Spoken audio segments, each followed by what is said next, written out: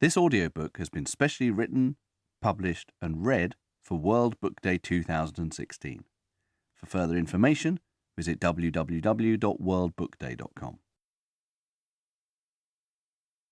The Boy Who Could Do What He Liked, written and read by David Baddiel.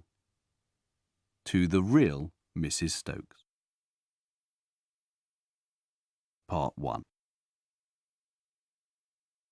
Chapter 1.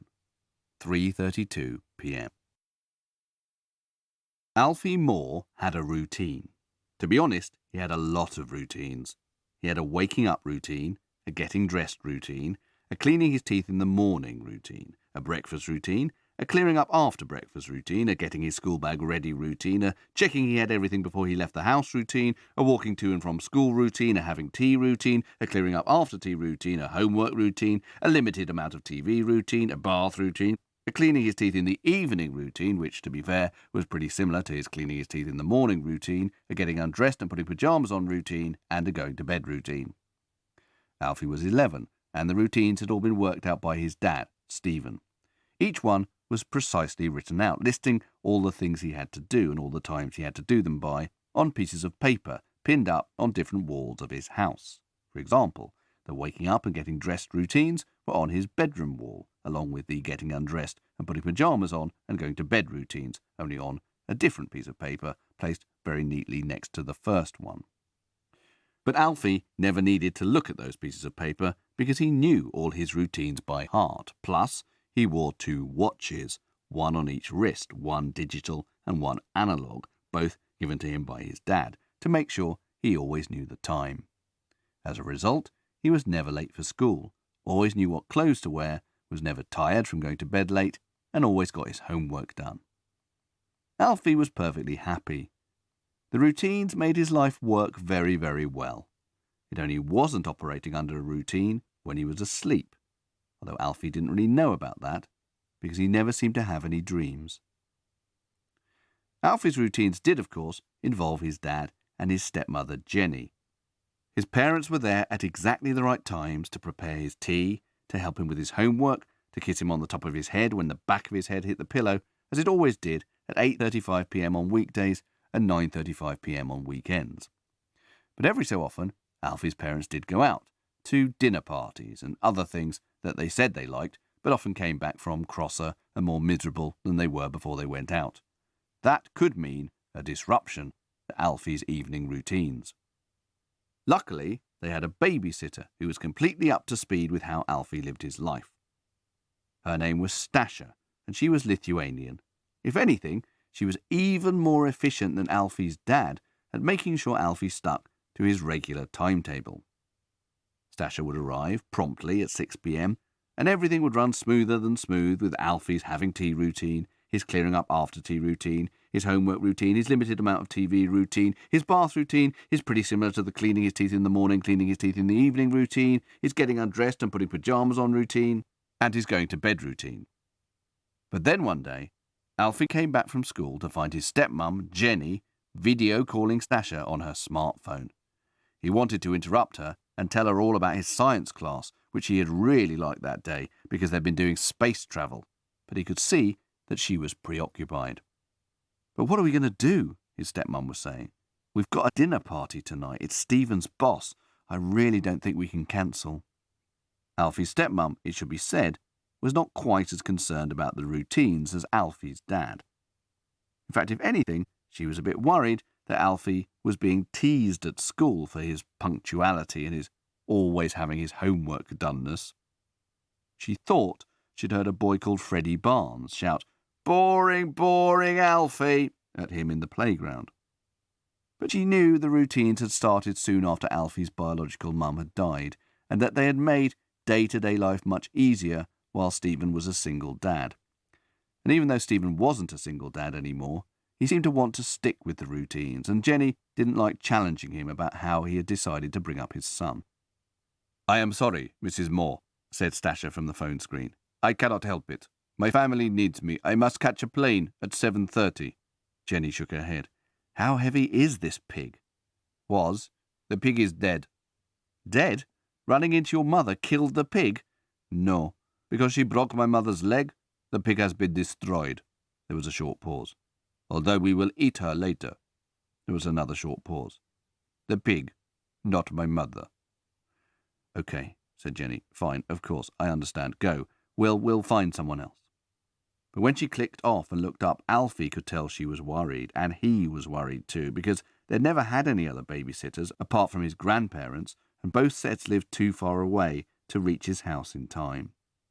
Who were they going to get to look after him?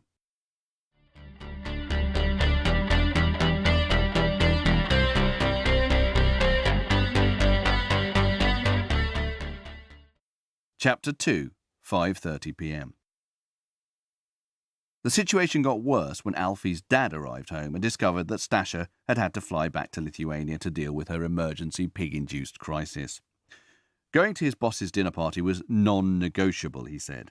Alfie wasn't sure what non-negotiable meant, but it seemed to suggest that his parents were going to go out whatever happened. He started to think they might just leave him home alone, or worse, take him with them, and then he'd have to talk to grown-ups about management consultancy, which is what his dad did, and Alfie had even less idea what that actually meant than non-negotiable. There must be someone else we can call, said Jenny. What about the next-door neighbours? They're away on holiday, replied Alfie's dad. Alfie, not really liking it when his dad and stepmom got frantic, went over to the other side of the living room where there was a chest of drawers. Inside the top drawer, there were lots of bits of paper, including some of the bits of paper that his dad had first drawn up his routines on. Alfie liked to look at these sometimes to see how his routines had changed as he had got older. OK, said Jenny. What about the other side, Mr. Nichols? Are you serious? He stands all day at the lights on the high street directing traffic with a spoon.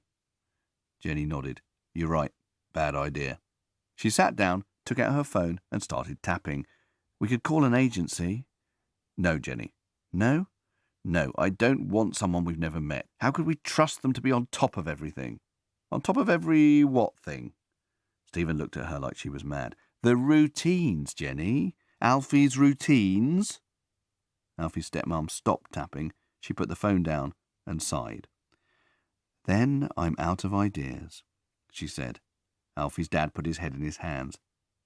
What are we going to do? He said, sounding muffled. What about this? Suggested Alfie. He held out a small card that he had found under some of the bits of paper in the chest of drawers.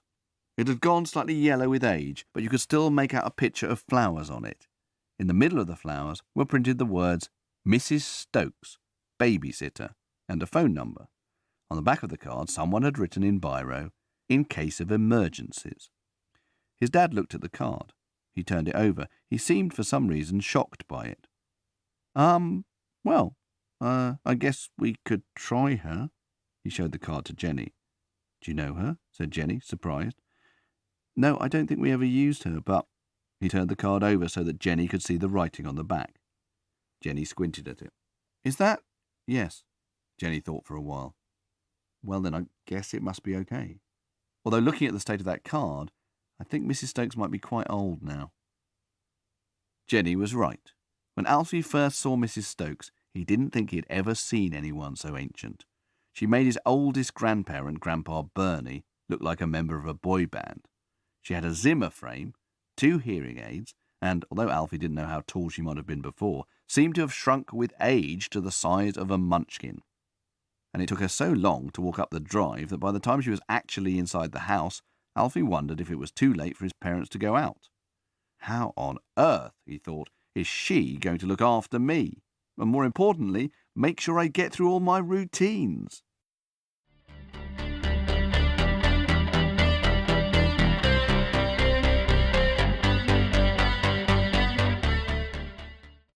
Chapter 3, 6 p.m. The first problem, in fact, was making Mrs Stokes understand what a routine was. Shoe bean, she said loudly to Stephen. Your son has a bean in his shoe? Baked or haricot? No, said Stephen, sighing. He bent down to her ear, which Alfie could see was very small and poking out of her extremely white hair. She was sitting in the kitchen, drinking a cup of tea that Jenny had made, and into which Mrs Stokes had put a seemingly endless amount of sugar. Routine? I said I'd like Alfie, if possible, to stick to his usual routine. Oh, dear, dear, dear, said Mrs Stokes, looking with concern at Alfie. What I'm so sorry. Pardon me, said Stephen. That's all right, love, said Mrs Stokes. I'm a bit deaf myself. She pulled Stephen's face down by his ear and shouted into it. I'm so sorry. Ow, said Stephen, pulling away and rubbing his ear. What about? Your son having to have a poo team, said Mrs Stokes. I've never heard of that before in such a young person. So where are they? How many people normally help him to go to the toilet? Alfie's dad frowned and whispered to Jenny, I really don't know if we should go out and leave Alfie with her. Why are you bothering to whisper? Said Jenny. Stephen looked at Mrs Stokes, who was happily smiling at him. Good point, he said in a normal voice. Maybe I should just call it off, after all. Well, OK, phone your boss and... But, as she was saying this, Stephen's phone rang. It's him, he said, looking stressed.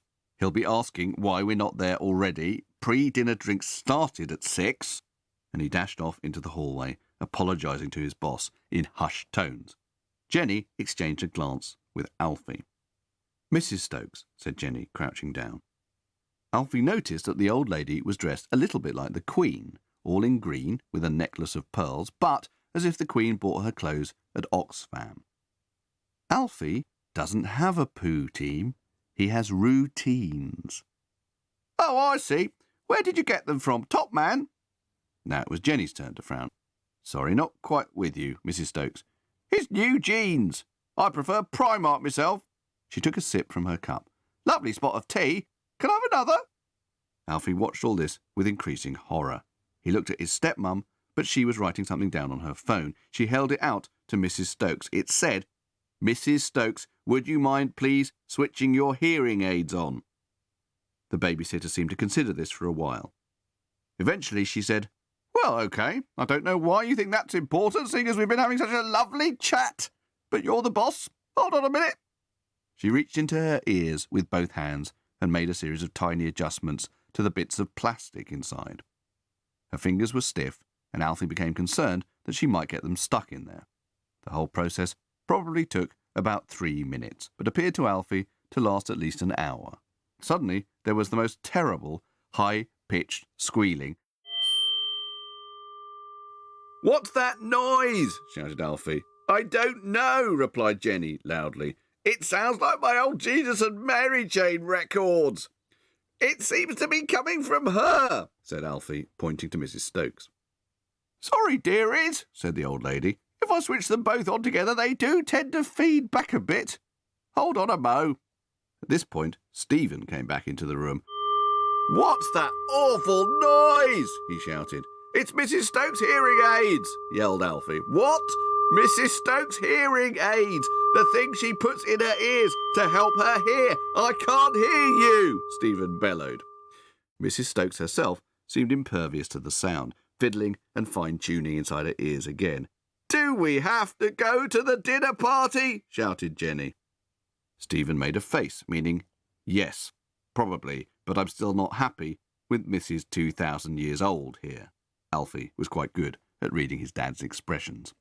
Jenny thought for a moment and then passed Stephen the card, the old one with Mrs Stokes' name on it and the words, in case of emergencies.